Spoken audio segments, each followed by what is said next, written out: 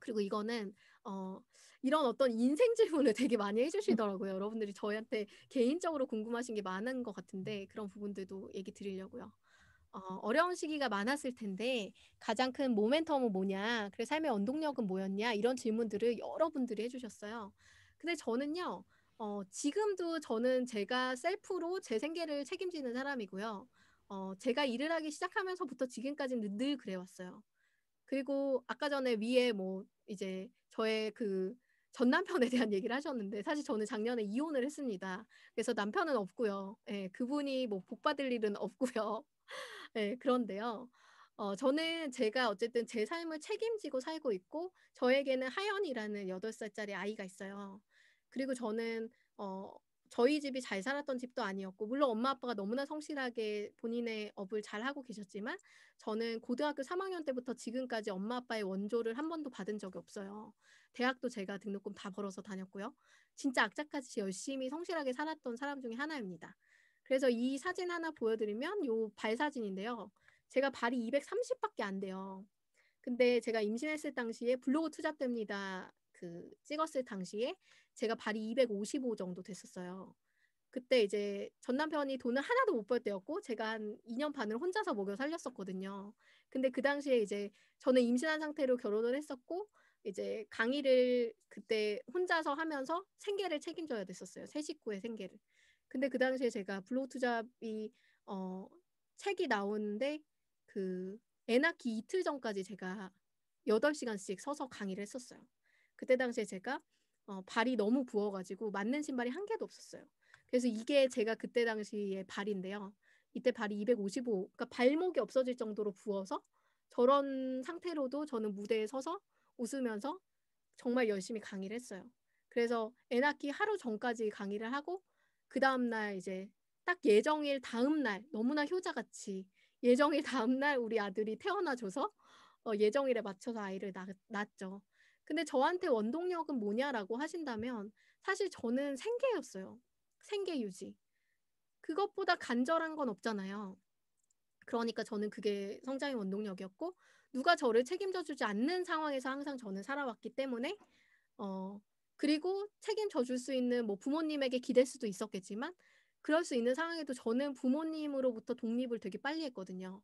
19살 때부터 제가 제 벌이를 했으니까 그때부터 저는 부모님으로부터 경제적으로 독립했고 '나는 그 이후로 부모님의 손을 벌리지 않겠다.'라고 난 내 스스로 결정을 했기 때문에 그다음부터 저는 다 생계였어요. 그래서 성장의 원동력이면 저는 생계와 간절함이었고 그리고 또 하나는 뭐냐면 누구한테나 시작은 있잖아요. 저는 제가 부족하다는 걸 인정했고요. 그렇기 때문에 하는 거에 대해서 겁이 없었어요. 그러다 보니까 열심히 살 수 있었던 것 같아요. 그래서 어려운 시기가 많았다고 하지만 물론 어떤 뭐 이런 적도 있었죠. 어느 날은 뭐 길 가다가 갑자기 타이어가 터졌어. 근데 그 타이어 가는데 막 3-40만 원이 든대요. 근데 그때 딱 3-40만 원이 없는데 타이어가 터졌어. 그래서 막 울고 이런 적도 있었죠, 한때는. 근데 그럼에도 불구하고 저는 제 일을 진짜 많이 사랑해요. 되게 좋아하고 재밌어하고. 그러기 때문에 좀 많이 버틸 수 있었던 것 같아요. 그리고 저희 아들이 늘 엄마를 너무 사랑해 주는 아들을 만났기 때문에 그게 진짜 예 그 저를 움직이게 만드는 예 그런 원동력이 됐던 것 같습니다.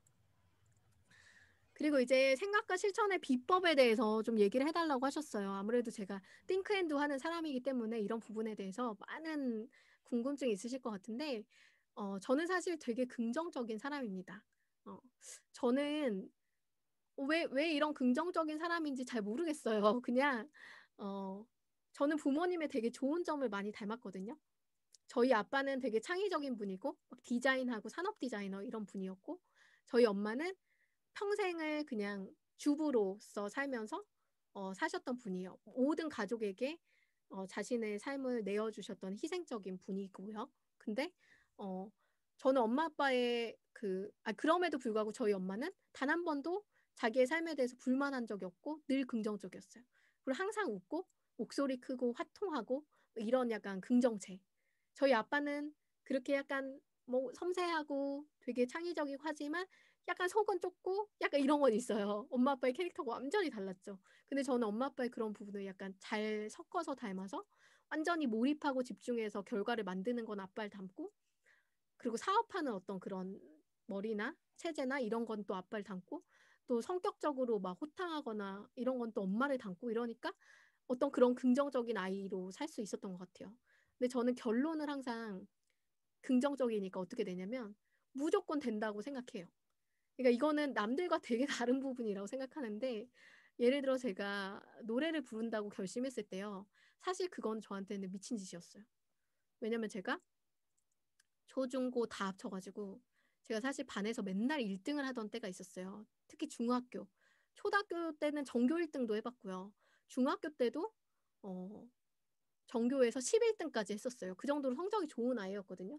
근데 제가 왜 11등밖에 못했냐면 사실은 더 높은 점수를 할 수도 있었어요. 근데 왜 못했냐면 음악 실기 점수가 맨날 빵점인 거예요. 전체 평균은 음악이 다 깎아먹었어요. 왜 그랬냐면 발표 불안이 너무 심한 거예요. 남들 앞에서 노래를 해야 되는데 너무 떨려. 그래가지고 노래하라 그러면 막 목소리 막 양소리 나면서 막 뻘뻘뻘뻘 떨면서 막 노래 못 부르고 이래가지고 가창 시험이 다 빵점이었어요. 그러니까 실기에 최하 점수를 받아버리니까 내가 시험에서 음악 점수를 100점을 맞아도 난 항상 미 이렇게 되니까 전체 평균을 다 깎아먹는 거예요. 그 정도로 저는 노래를 못하는 사람이었고 공포가 있었던 사람이었어요. 근데 제가 나에게 가장 트라우마가 심한 게 그 남 앞에서 노래하는 거였거든요.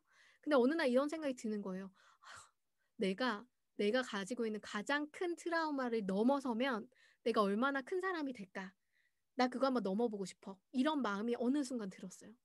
그리고 나서 그냥 결정했어요. 그래, 나는 가수가 된다. 남 앞에서 노래를 부른다. 사람이 모여있는 곳에서 콘서트를 한다. 이렇게 결론을 지었어요. 그 다음에 결론 짓고 나서 어떻게 했냐? 방법을 찾는 거죠. 그러면은 나같이 노래 못하는 사람은 어떻게 음반이 낼 수가 있지? 근데 찾아보니까 일반인을 가수로 데뷔시켜주는 회사가 있더라고요. 그래가지고 그냥 돈을 냈어요. 입금이 또 실행을 하게 만들거든요. 330만 원을 냈어요. 첫 곡을 만드는데. 저한테 되게 큰 거금이었죠. 그래서 생활비의 절반이었으니까 엄청 큰 거금. 근데 그냥 330만 원을 냈어요. 내고 나서 그냥 나 하겠다 하고 나니까 가사를 쓰래요. 우선 돈을 냈으니까 순차가 있잖아요. 근데 돈을 아끼려면 작사를 네가 직접 하면 조금 작사비를 아껴줄 수 있어. 이래가지고 또 작사를 직접 했어요. 그랬더니 그거를 프로들을 만나니까 알아서 노래를 만들어주는 거예요. 그래서 그게 곡이 됐고 그 노래가 띵크앤두가 됐어요. 그래서 저는 가수가 된 거예요. 그러니까 결론적으로는 그냥 나는 된다고 믿었고 할 수 있는 방법을 찾았고 그런 사람들이 하라는 대로 한 거예요. 그러니까 실천이 되더라고요. 그러니까 이거는 나의 의지도 있지만 타인의 의지를 활용한 거죠. 타인의 어떤 시스템을 활용한 거죠. 그렇게 여러분들이 실천을 좀 하셨으면 좋겠어요. 내가 혼자 못한다면. 그리고 이제 두 번째는 처음과 실패에 대한 인정이에요. 이건 뭐냐면 내가 그 처음은 늘 있다고 했잖아요. 아까도 말했잖아요. 처음부터 잘하면 그게 사람이에요? 전 진짜 아니라고 보거든요.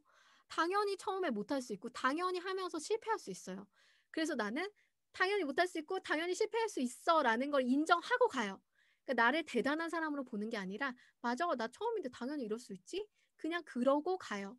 그러니까 내가 해서 못해서 사람들한테 욕먹어? 그치, 내가 못하니까 욕먹을 만큼 그 정도밖에 안 되는 거니까 그럴 수 있지. 그 사람들은 그렇게 생각할 수 있어. 인정. 이러고 그냥 넘어가요. 그리고 남들 그거 가지고 뭐라고 한다? 그러면 그건 그 사람들의 생각이니까. 하지만 나는 그걸 통해서 한 단계 내가 레벨업 했다. 내 스스로의 성장에 나는 도움을 줬다라고 생각을 하는 거죠. 그래서 그렇게 이제 지나갔던 겁니다. 네. 재밌다. 우와, 재밌다 하셨다고. 네. 자, 그리고 이제 어떤 분이 이런 질문 하셨어요. 인스타 5,000명, 페이스북 5,000명, 카톡방 1,000명, 다음 스텝은? 저는 이분 혹시 저 전화 연결되나요? 음성 연결되나요? 우리 노정자님 혹시 예, 예, 계세요? 계세요. 됩니다. 예, 예, 계세요. 네, 잠깐, 됩니다. 네네네. 네. 부장님. 보인다. 우리 예, 노정자님 안녕하세요. 네네, 제가 안녕하세요. 이분한테는 질문을 좀 드리고 싶었어요. 왜냐면 네. 네네. 우선은 사람은 잘 모았어. 그러면 네. 그거를 어떤 목적을 두고 모으신 건지 아니면 아니요. 그냥 모으신 건지. 처음에 목적 없이 8년 전부터 저는 남한테 친절하게 아침에 문안 인사하는 걸 좋아하기 때문에 카톡방에서 문안 인사를 친절하게 계속 했어요.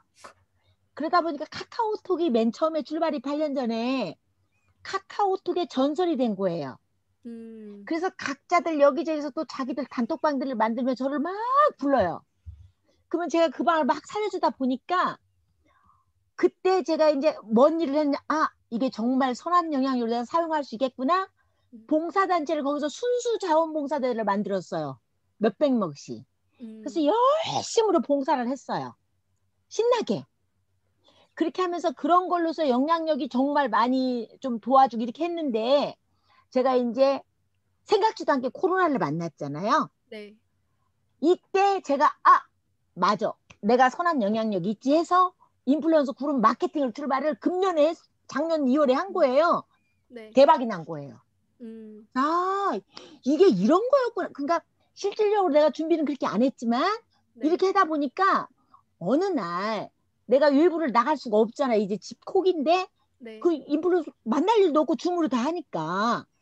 그런데 열정만 저는 주다 보니까 어느 날 내가 보니까 열정을 강의를 하다 보니까 내가 번아웃 올 기회가 온 거. 이거 내가 이건 오늘 내가 강의하고 내가 은혜를 받은 거예요. 쉽게 음, 얘기하면 이래서 그때 내가 잠깐 이게 지금 작년 10월 초 얘기예요. 네, 블로그는 안 했었거든요. 음, 카카오톡 하다가 페이스북을 8년 전에 출발해서 페이스북에는 이미 5점을 페이스북에서 너무 재밌게 하다가 우리 이제 아들이 엄마 꿈이 없는 젊은 사람이 너무 많아 이 세상에는 인스타그램 해봐 해서 한 4년 전에 인스타그램을 갔는데 인스타그램 또 이렇게 다 몰린 거예요. 네, 다 우선은 그냥 제가 열정받으러 여쭤보고 몰린 싶은 거예요. 게 대표님, 응, 다른 걸 제가 여쭤보고 싶은 게 응, 아니라 딱 이런 거예요. 그러니까 뭐, 내가 사람은 다 모았어. 응, 근데 목표를 가지고 모은 게 처음엔 아니었는데 응, 나중에는 그 목표가 이제 생기셨잖아요. 네, 그죠? 그래서 이제는 인플루언서 어떤 그룹 마케팅을 네, 하시겠다라고 지금 얘기를 하셨어요. 그러면 그 했어요. 뾰족한, 출발했어. 그죠? 그러면 그 응, 뾰족한 목표가 있죠. 응. 그러면 인스타그램 채널을 더 키우는 게 맞는 거죠. 인스타그램은 인스타그램, 오케이. 네, 왜냐하면은 내가 목표한 게 있으면 그 방향으로 채널을 키워 나가시면 되는 거예요. 그리고 응. 아까 말씀드렸듯이 나의 주 채널이 뭔지를 결정하고 그 나머지의 채널들이 서포트할 수 있는 구조로서 대표님을 돕게 만들면 돼요. 그래서 지금 돈이 될 수 있는 걸 이미 서비스 모델을 만드신 거잖아요. 그 만드신 모델에 집중하셨으면 좋겠어요. 그래서 다음 스텝은 그렇게 말씀드리고 싶어요. 네, 그래서 한번 좀 인터뷰를 하고 싶었고요. 네. 와. 감사합니다. 네. 네. 그리고 또 이런 질문을 또 주신 분이 있어요. 얼마나 시간을 써야 되는지. 네. 그 얼마나 시간을 써야 되는지는요, 사실 이렇게 말씀드리고 싶어요. 저는요, 누구보다 사실 바쁜 사람이거든요. 제가 가진 롤이 너무 많아요. 저 아까 보셨듯이 뭐 학생들 가리키는 대학 교수이기도 하고, 그리고 뭐 엄마, 8살 아이의 엄마이기도 하고, 사람북닷컴이라는 회사를 운영하기도 하고, 또 한 명의 인플루언서이자 콘텐츠 크리에이터이기도 하고, 또 작가이기도 하고, 너무나 많은 롤을 저는 가지고 있어요. 저는 시간이 너무 없거든요. 그러니까 제가 하는 건 항상 그거예요. 원샷 원킬. 원샷 원킬의 방법을 늘 찾아 나서요. 뭐냐면 모든 것의 효과성과 효율성을 높이는 방법을 찾아요. 그래서 시간을 최선으로 줄여 나가는 거예요. 그럼 그럴 수 있는 게 뭐냐? 아까 앞에 다 설명을 드렸어요. 내가 활동하려고 하는 그 카테고리를 최소한 좁혀요. 정확히 명확한 카테고리를 좁혀놓으면 그 좁혀놓은 시장이 우리가 대중을 바라볼 때보다 훨씬 작아요. 그러면 그 시장에 집중해서 거기서 쓰는 사람들의 사용 언어로서 효과적으로 콘텐츠를 전달하다 보면 그게 결국에는 더 빠른 결과를 나오게 만들거든요. 그래서 효과성, 효율성을 높이는 법을 찾아서 시간을 계속 줄여나가시면서 내가 시간을 많이 쓴다고 결과가 많이 나오지 않는다라는 거에 집중하셨으면 좋겠어요. 네, 아시겠죠? 그리고 이런 분들이 있었어요. 뭐 동기부여 프로젝트를 만들어서 운영 중인데 더 성장하기 위한 꿀팁, 실행하기로 결심한 후에 세우는 계획 이랬는데 모든 걸 하시면서 여러분들은 성과 측정을 하셔야 됩니다. 그러니까 여러분들이 성장하려는 목표를 수치화시키는 게 중요해요. 예를 들어 나 단톡방으로 사람을 모으겠다? 그럼 정량화 시켜야죠. 나는 1000명 모으겠다. 목표를 세워요. 그럼 1000명 언제까지? 정확한 날짜가 나와야겠죠? 예를 들어 나는 6월까지 1000명을 모으겠다? 목표가 세워졌어. 그러면 지금 2월이잖아요. 그럼 어떻게 돼야 돼요? 4개월 남았네? 그럼 4개월을 거꾸로 계산해. 1000명을 4개월 동안 하려면 몇 명? 250명씩. 맞나요? 네. 그렇게 해서 또 만들어야 돼. 그러면 250명을 만들려면 우리가 한 강의당 신규 고객이 지금까지 몇 명 정도 나왔지? 나오죠. 그러면 신규 모객을 하려면 어떤 사람들로 해야 될지에 대한 어떤 새로운 플랜이 나오고, 그리고 신규 모객의 수가 이만큼 있고 기존 고객이 이만큼 있어. 그러면 저 같으면 이런 이벤트를 또 기획하겠어요. 1+1 하는 거예요. 내 목표는 사람을 늘리는 게 목표니까 기존에 있는 사람들 돈 내고 한 명은 서비스로 들어오게끔 데리고 들어오게. 그러면 한 명에 한 명을 데리고 들어오잖아요. 그러면 수가 2배로 늘겠죠. 이런 식으로 성장 목표를 수치화시키고 역산하는 거예요. 거꾸로 계산. 해서 구체적으로 계획을 세우면 여러분들이 원하는 목표를 세울 수가 있어요. 근데 그냥 이 프로젝트 더 성장시키고 싶어요. 이런 막연함. 그게 결국에는 결과로 만드는 거에 되게 큰 손실이죠. 그래서 저도 뭐 할 때 항상 몇 개를 팔겠다. 몇 명을 모객하겠다. 항상 이런 거 정해놓고 이거 하려면 그러면 몇 번을 내가 뭘 해야 되지? 어떻게 해야 되지? 이런 걸 이제 해요. 그러다 보니까 제가 이제 이 책을 베스트셀러로 만들겠다. 이런 목표를 세웠잖아요. 그래가지고 제가 3월 25일까지 주 1, 2회 독서 모임을 쫙 잡아놓은 거예요, 여러분. 왜냐면 거기에서 20명, 30명 되는 사람들이 모여 있지만 그분들이 늘 매주마다 그 책을 사준다라는 전제를 둔다면 전 사실 여러분들을 믿어요. 제 강의를 듣고 모두가 책을 사주실 거라고 저는 믿습니다. 그렇기 때문에 저를 접한 분들은 당연히 제 책을 보고 싶게 만들 거고 볼 거라는 확신을 가졌어요. 그리고 나서 이제 이런 모임을 주에 2회씩 돌면 적어도 내가 아무리 최소한으로 만나도 50명씩 만나는 거예요. 그러면 50명씩 내가 3월까지 간다. 그러면은 한 달의 마케팅 계획에 어느 정도의 정량적인 수치를 맞출 수 있죠. 그리고 그분들이 또다시 외부에 리뷰를 써주는 그 파생 효과까지 따진다면 더 큰 수익이 나겠죠. 그런 플랜을 세웠기 때문에 제가 이런 베스트셀러가 될 수가 있었던 거거든요. 그래서 여러분들 네, 저 살려고요 해주시는 성희님 너무 감사하고요. 성공할 수밖에 없는 분이라고 해주신 진아님 감사하고, 그리고 레오짱님 구매 가즈아 해주셨는데 구매 가자 정말 감사합니다. 그래서 그렇게 좀 역산해 주셨으면 좋겠습니다. 그리고 이지연님이 질문해 주신 것 중에 이런 질문도 있었어요. 되게 신선한 질문이었습니다. 돈으로 영향력을 만들 수 있나요? 저는 있다라고 말할 수 있는데요. 그 돈을 지속적으로 투자할 수 있을 때 있다라고 하고 싶어요. 그리고 결국에는 본질은 콘텐츠거든요. 여러분들이 아무리 돈을 투자해가지고 영향력을 만들었다 한들 내가 그 영향력을 받아낼 그릇이 안 되면 그 영향력은 유지되지 못해요. 그럼 여러분들은 여러분들을 대신해서 계속적으로 뭔가를 생산해줄 새로운 인물이 하나 필요하고 그 사람이 사라지거나 영업을 더 이상 못하거나 그 사람이 내 일을 더 이상 못해준다라고 뭔가 일이 끊긴다. 그러면 그 영향력은 사라지죠. 그러니까 그럴 수 있는 사람이 존재하고 또는 회사가 존재하고 돈을 지속적으로 투자할 수 있고 그걸 유지할 수 있을 때는 돈으로 영향력을 만들 수 있다고 생각합니다. 네, 그래서 여러분들의 그릇을 키우는 게 진짜 중요하다고 생각해요. 그래서 뭐 돈이 중요하겠습니까? 네, 저는 그렇게 생각해요. 그래서 그런 답변 좀 드리고 싶고요. 그리고 이제 뭐부터 시작해요? 라는 분들이 있었어요. 뭐부터 시작하느냐. 지금 보시다시피 진짜 뾰족한 어떤 계획이 되게 필요합니다. 제가 되게 좋아하는 말 중에 하나인데 초점을 맞추기 전까지 햇빛은 아무것도 태우지 못한다라는 말이 있는데 여러분들이 가고자 하는 방향성이 도대체 무엇인가가 되게 중요해요. 예를 들면 이제 우리가 그러니까 SNS를 통해서 발전할 수 있는 어떤 업의 영역을 제가 이렇게 5가지로 좀 정리를 해봤어요. 아무래도 제 책을 읽는 분들은 저런 일에 영향을 주고 싶어하는 분들이 대부분이겠다라고 제가 대략적인 어떤 타겟을 한번 만들어 본 건데 어떤 사람이 셀럽과 인플루언서 형으로 크고 싶다. 어떤 사람은 전문가로 크고 싶다. 어떤 사람은 작가로 크고 싶다. 어떤 사람은 사업으로 크고 싶고 어떤 사람은 취업을 하고 싶다. 뭐 이런 식의 자기의 목적이 명확하게 있을 거예요. 그러면 어떻게 돼요? 그 명확한 목적에 맞는 방법을 찾아야 되는데 선 사례가 너무 많잖아요, 세상에. 내가 가려고 하는 방향대로 살고 있는 벤치마킹 사례가 수없이 많습니다. 그 사람들을 따라서 이렇게 어떤 방향으로 갈지 그래서 제가 예시를 든 거예요. 여기에서 여러분들 가고 싶은 거에 동그라미 치라고. 여기 없으면 여기다 쓰라고. 제가 책에다 이렇게 넣어놨어요. 그래서 내가 가고자 하는 어떤 그런 방식이 있다면 그 방식에 선 사례를 찾고 그걸 잘하고 있는 사람을 찾아서 거기에서 내가 어떤 걸 취하고 어떤 걸 버릴 것인지를 결정하는 게 여러분들이 시작할 때 해야 되는 일인 것 같아요. 그래서 결국에는 목표 설정이 브랜딩 하는 데에도 그렇고 여러분들 영향력을 키우는 데도 진짜 중요하지 않나 생각을 합니다. 그리고 우리 신호진 님이 진짜 질문을 정말 열심히 해주셨는데 생각이 되면 실천을 한다라고 하는 말은 결단을 한다는 것과 같은 말인데 많은 사람들이 단언, 결단, 결정을 하고도 번번이 중도하차랍니다. 그에 비해 세인 대표님은 어떻게 그렇게 많은 일에 대해서 지속적으로 실천을 하시고 또한 성공을 이루는지 비결을 듣고 싶네요. 라고 하셨어요.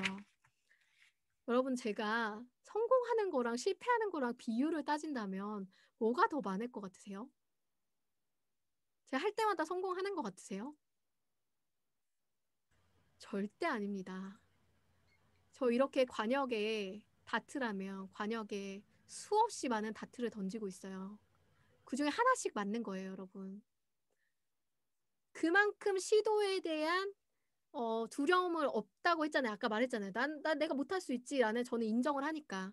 전 부족하다고 항상 인정하거든요. 그러니까 남들보다 더 용기 있게 더 많이 시도를 한 거지 뭐 더 많이 성공하지는 않아요. 그래서 보여지는 거는 당연히 전 성공한 이미지를 여러분들에게 보여주고 싶어하는 사람이죠. 왜냐하면 저의 브랜딩에서 그 부분이 저를 섭외하게 만드는 원동력이잖아요.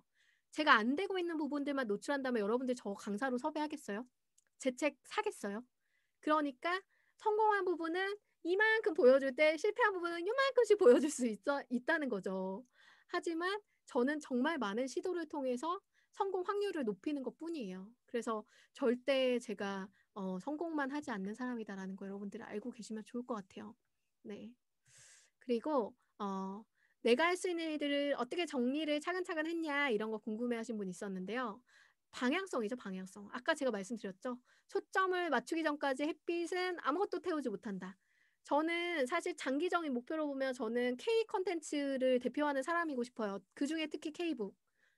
그래서 저 역시 베스트셀러 저자로 계속 타이틀을 갖고 가고 싶고 제가 매니지먼트하는 저희 저자님들이 그 글로벌 작가로 갈 수 있는 포지션을 잡아줄 수 있는 사람이 되고 싶고 저를 거쳐가는 사람들의 책들이 정말 좋은 콘텐츠로서 인정받게 만들 수 있는 사람이고 싶거든요. 그러면 저는 그 방향성을 가지고 이런 거 하는 거예요. 난 그 방향성을 가지고 있었으니까 제가 그동안 했던 너무나 많은 딴짓들이 있죠. 근데 딴짓이 아니라 저는 그 방향성을 가지고 간 딴짓이었죠. 어쨌든 전 한 방향으로 계속 가고 있었어요. 그동안 덕업일치 지금 한 14,000명 정도 구독자가 됐는데 제가 지금 방송 80번째 방송을 했어요. 네, 인터뷰를 80번이나 했고요. 그리고 이제 미국, 뭐 베를린 이런 데 가서 북콘서트 제가 직접 가서 투자해서 만든 것도 있고요. 뭐 지원을 받은 것도 있는데 그런 것도 있었고 그리고 이제 직접 이런 북콘서트 기획하고 진행하고 이런 일들을 되게 많이 해왔고 그리고 북에 관련된 리뷰 작성이라든지 이런 부분들 계속 지속적으로 해왔잖아요. 이런 게 계속 제가 가려는 방향성에 맞춰서 계속 간 거죠. 그리고 지금은 제가 하고 있는 노래하는 즐거움 플러스 책이라는 저의 메인 콘텐츠를 결합시켜서 뮤직북콘이라는 새로운 신개념을 만들었고 요번에 2월 22일 날 저희 그 토크쇼 그러니까 콘서트 하거든요.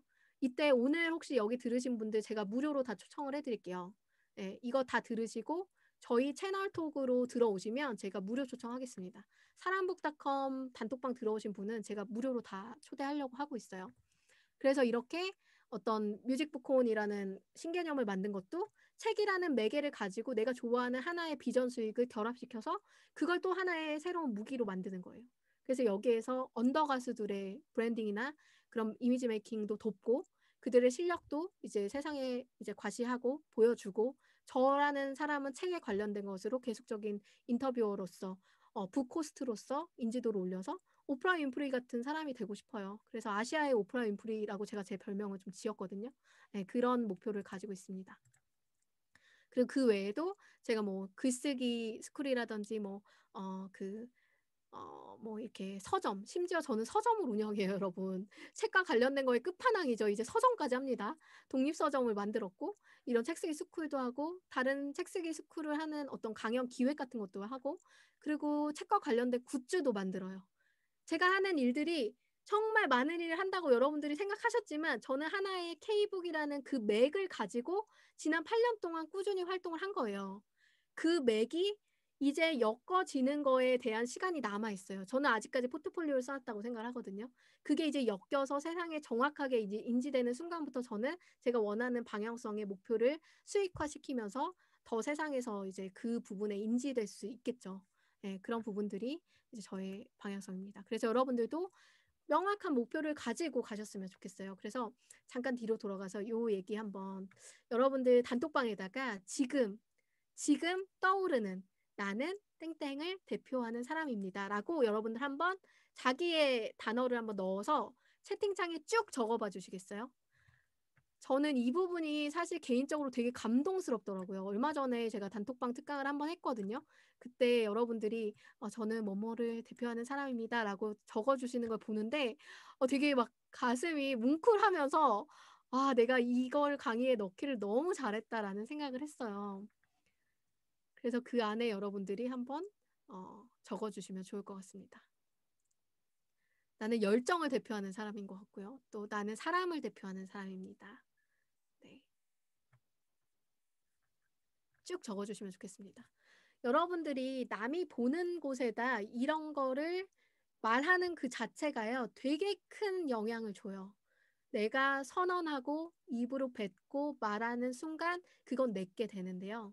내가 내 머릿속에 그대로 들고 있는 거는 그냥 그 안에 머물러 있어요.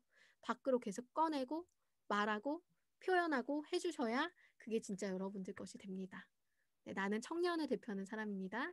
나는 책 쓰기를 대표하는 사람입니다. 나는 혁신을 대표하는 사람입니다. 나는 엄마표 요리놀이를 대표하는 사람입니다. 해피 바이러스로 코로나 바이러스를 완전 퇴치하렵니다. 이런 분도 계시고요. 나는 학습 코칭으로 학생들을 살리는 사람입니다. 나는 긍정과 열정을 대표하는 사람입니다. 나는 절대 긍정, 진심이 담긴 행복한 소통을 대표하는 사람입니다. 나는 재밌는 글쓰기를 대표하는 사람입니다. 네, 쭉 적어주고 계시네요. 두 분 또 안 부르면 섭하니까. 나는 누군가의 변화를 이끄는 성공의 마중물을 대표하는 사람입니다. 나는 경청을 대표하는 사람입니다. 지금 여러분들이 적어주신 대로 되실 거예요. 그리고 제가 그렇게 되시라고 정말 마음을 다해서 응원해드리도록 하겠습니다.